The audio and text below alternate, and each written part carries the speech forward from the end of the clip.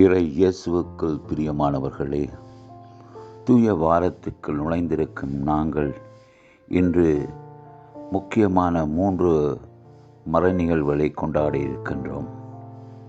அதில் முதலாவது மறைநிகழ்வாக பெரிய வியாழனை கொண்டாடுகின்றோம். இதை லத்தீன் மொழியிலே நாங்கள் மெண்டாட்டும் தேர்ஸ்டி என்று கூறுவோம். மொண்டி தேர்ஸ்டி என்று ஆங்கிலத்தில் அழைப்போம். மொண்டி என்றால் மண்டாட்டும் என்று சொன்னால் கட்டளை கொடுத்த நாள். இயேசு அன்பு கட்டளையை கொடுத்த நாள். அதைவிட மேலாக இயேசு நற்கருணை ஏற்படுத்திய நாள், பணிக்குருத்துவத்தை ஏற்படுத்திய நாள். எல்லாவற்றுக்கும் மேலாக புதிய அன்பு கட்டளையை கொடுத்து அவர் பணிவிடையை கால்களை கழுவி படிப்பித்த நாள்.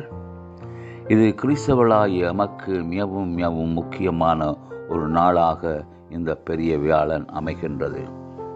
இயேசு தன்னுடைய கடைசி விருந்திலே அவர் தன்னையே நற்கருணையாக அவர் ஏற்படுத்துகின்றார். தான் இந்த உலகத்தை விட்டு சென்றாலும் தன் நினைவு மட்டுமல்ல, தானும் மக்களோடு இருக்க வேண்டும் என்பதற்காகவே அப்பரச வடிவிலே நற்கருணையை ஏற்படுத்தினார்.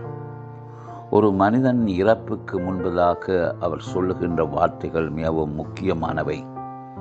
அதைத்தான் இயேசுவும் தன்னுடைய பிரியாவிடை விருந்திலே தன் சீடர்களை அழைத்து முக்கியமான சில விடயங்களை அவர்களுக்கு அறிவுறுத்துகின்றார்.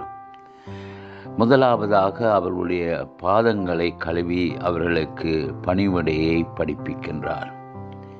தாழ்ச்சி நிறைந்த இதயத்தோடு நாங்கள் அடுத்திருப்பவருக்கு பணிவிடை செய்வதே நற்கருணையின் அர்த்தம் என்பதை அவர்களுக்கு உணர்த்துகின்றார். அந்த பந்தியிலே அமர்ந்திருந்த சீடர்களுடைய பாதங்களை அவர் கழுவுகின்றார். யூத மரபுகளிலே குறிப்பாக எஜமார்கள் வெளியிலே சென்று விட்டு வருகின்ற பொழுது குறிப்பாக புறவினத்து அடிமைகள்தான் அவர் இந்த எஜமானுடைய கால்களை கழுவி துப்புரவு செய்வார்கள்.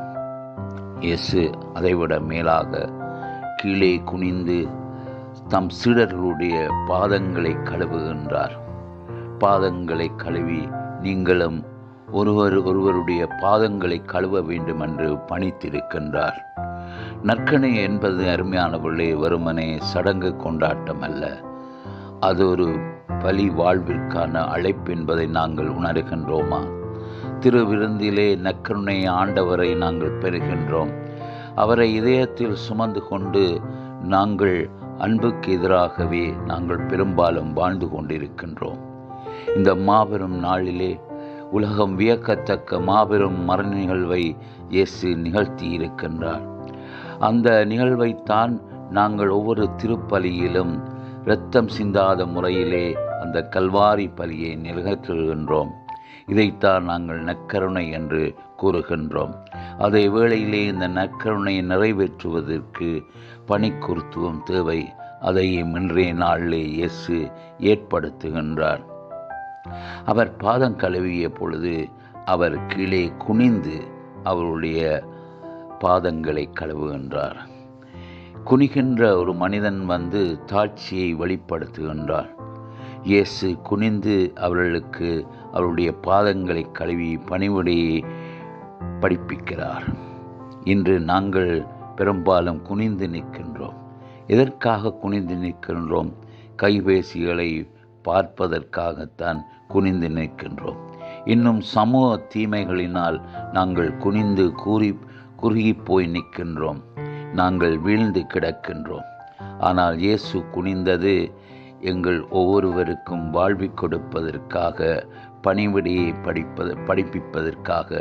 நாங்களோ குனிந்து இந்த உலக கவலைகளில் மூழ்கி கிடக்கின்றோம். கைபேசிகளில் மூழ்கி கிடக்கின்றோம். நாங்கள் எப்பொழுது நிமிரப் போகின்றோம்? நிமிர்ந்து அடுத்திருப்பவரை இயேசுனுடைய அன்பு கட்டளையை ஏற்று அன்பு செய்ய போகிறோம் என்பதை இந்த பெரிய வியாழனிலே நாங்கள் சிந்தித்து பார்ப்போம். நாங்களும் ஒருவருடைய பாதங்களை கழுவி நாங்கள் பணிவிடை புரிந்து நற்கருணையை வாழ்வாக்குவோம். ஆமேன்.